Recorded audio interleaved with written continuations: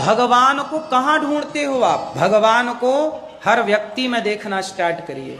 इसलिए किसी का दिल मत दुखाइए, क्योंकि ये समझिए कि हर व्यक्ति में ईश्वर समाये हैं। इसलिए दास अनिरुद्ध गौरी गोपाल आश्रम में वृद्ध माएं आ जाती हैं तो हमारे पास उनको रखने की जगह नहीं होती, तो हम किराए का आश्रम लेकर उन माओं को रखते हैं। किराए के आश्रम में भी सालों तक गौरी गोपाल चला, फिर आश्रम बना माताओं के लिए। ये मैया है, इनके अपनों ने घर से निकाल दिया। ये दिल्ली की माता है, वृंदावन से दिल्ली 3 घंटे का रास्ता है। इनका बेटा आता ही नहीं है। अब इनकी आखिरी सांसें ही चल रही है, बहुत वृद्ध हो गई हैं। अब बताइए, मैं इन माओं को फुटपाथ से उठा के ले आता हूँ। कई बार मुझे फुटपाथ पे मिल जाती है, फुटपाथ से ले आता हूँ। जरूरतमंद जहां मिल जाए, कोई बेटा अपनी माँ को छोड़ के चला जाता है, मैं उनके पांव दबाता हूँ। बताइए, इन माओं की सेवा करना धर्म है या अधर्म है? इन माओं के चरण जब हम दबाते हैं तो हमें यही लगता है कि हम माओं के पांव नहीं, भगवान के पांव दबा रहे हैं, क्योंकि ये रूप ईश्वर का ही है।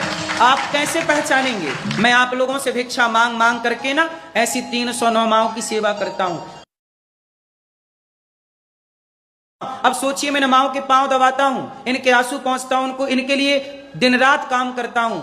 इस काम को लोग नहीं देखते और लोग कहते हैं अनिरुद्धाचार्य को फांसी दे दो, क्योंकि वो नारियों का अपमान करता है। कपड़े पहनने का बोल दिए तो अपमान हो गया। कोई ये कहने तो नहीं आया कि लो भैया हमारी तरफ से भी आज माओं को भोजन करा देना। साथ देने नहीं आए, गाली देने आ गए, धरना प्रदर्शन देने आ गए, पुतला जला दिया मेरा। पूछो इन पुतला जलाने वालों से कि गौरी गोपाल में कभी रोटी लेके आए कि आज हमारी तरफ की रोटी माताओं को खिला देना। रोटी देने वाले नहीं है साहब, गाली देने वाले ढेर हैं। आज के युग में सबसे कठिन काम यही है। बुरा करेगा कोई, उसे कोई कुछ ना बोलेगा। इन 300 माताओं के अतिरिक्त 150 बच्चे हैं गौरी गोपाल। आप सोचिए, आप अपने एक बच्चे के लिए कपड़े खरीदते हैं, हम 150 बच्चों के लिए कपड़े खरीदते हैं। आप एक बच्चे के लिए कॉपी किताब खरीदते हैं, हम 150 बच्चों के लिए कॉपी किताब खरीदते हैं और 150 बच्चों को पढ़ा रहे हैं। वो किसके घर में चोरी करने जा रहे हैं बताइए?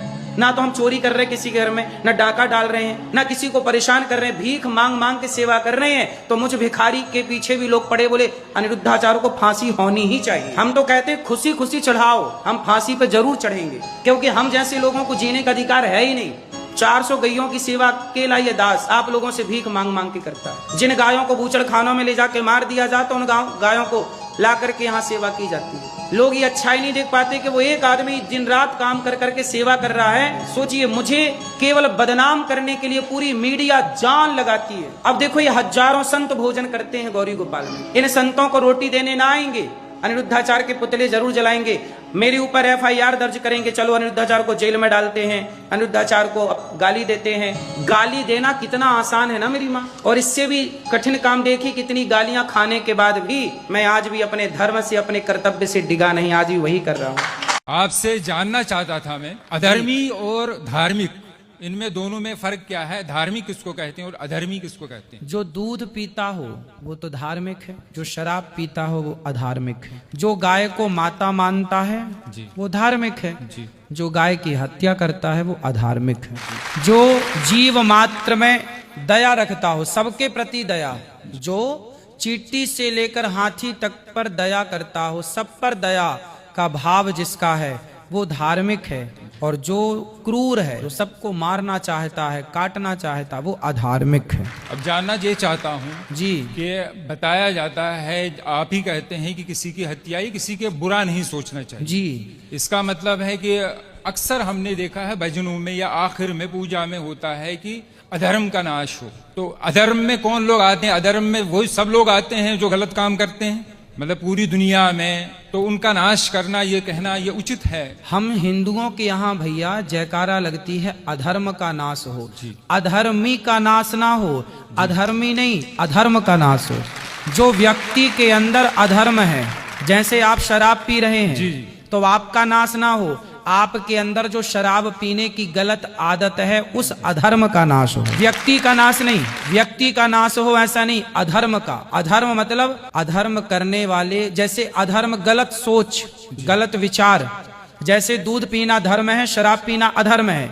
तो शराब मत पी भैया, पी रहा है तो छोड़ दे और दूध पर आ जा। तो अधर्म का नाश हो का मतलब है व्यक्ति का नाश नहीं, व्यक्ति के भीतर की बुराई। इसलिए तो सनातन संस्कृति श्रेष्ठ है मेरे भाई, कि हम हिंदू, हम सनातनी व्यक्ति का नाश नहीं चाहते, उसके अंदर की बुराई का नाश चाहते हैं।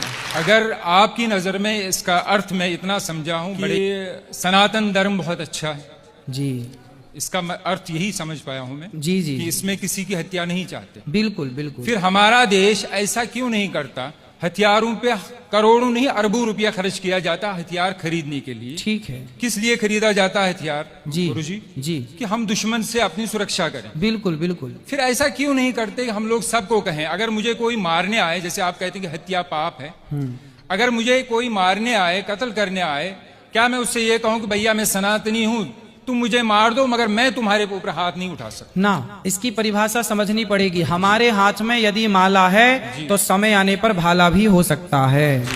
यदि हमारे मन में, देखिए हमारे हृदय में दया है, हमारे हृदय में जी। दया है, कायरता नहीं है। हम आपको देखेंगे कि आप दया के योग्य हैं तो आप पर दया करेंगे, और यदि देखेंगे कि आप दया के योग्य नहीं हैं तो घर में घुस के हनुमान जी लंका भी जलाते हैं।